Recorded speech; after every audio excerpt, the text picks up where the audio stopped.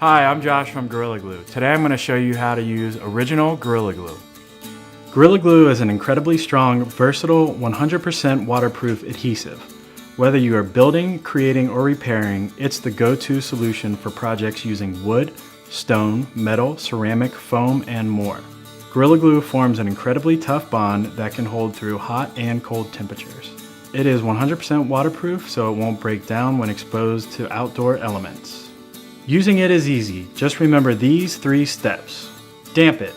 Gorilla Glue is cured with moisture, so lightly dampen the surface with water before applying glue. Glue it. Apply a thin layer of Gorilla Glue on one side of the project. Keep in mind, Gorilla Glue expands 3 times the amount you apply, so a little goes a long way.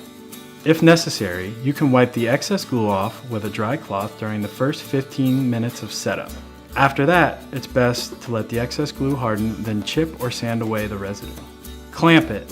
Clamp project for 1 to 2 hours depending on materials. You can also use heavy objects to achieve clamping pressure. If possible, allow full cure for 24 hours.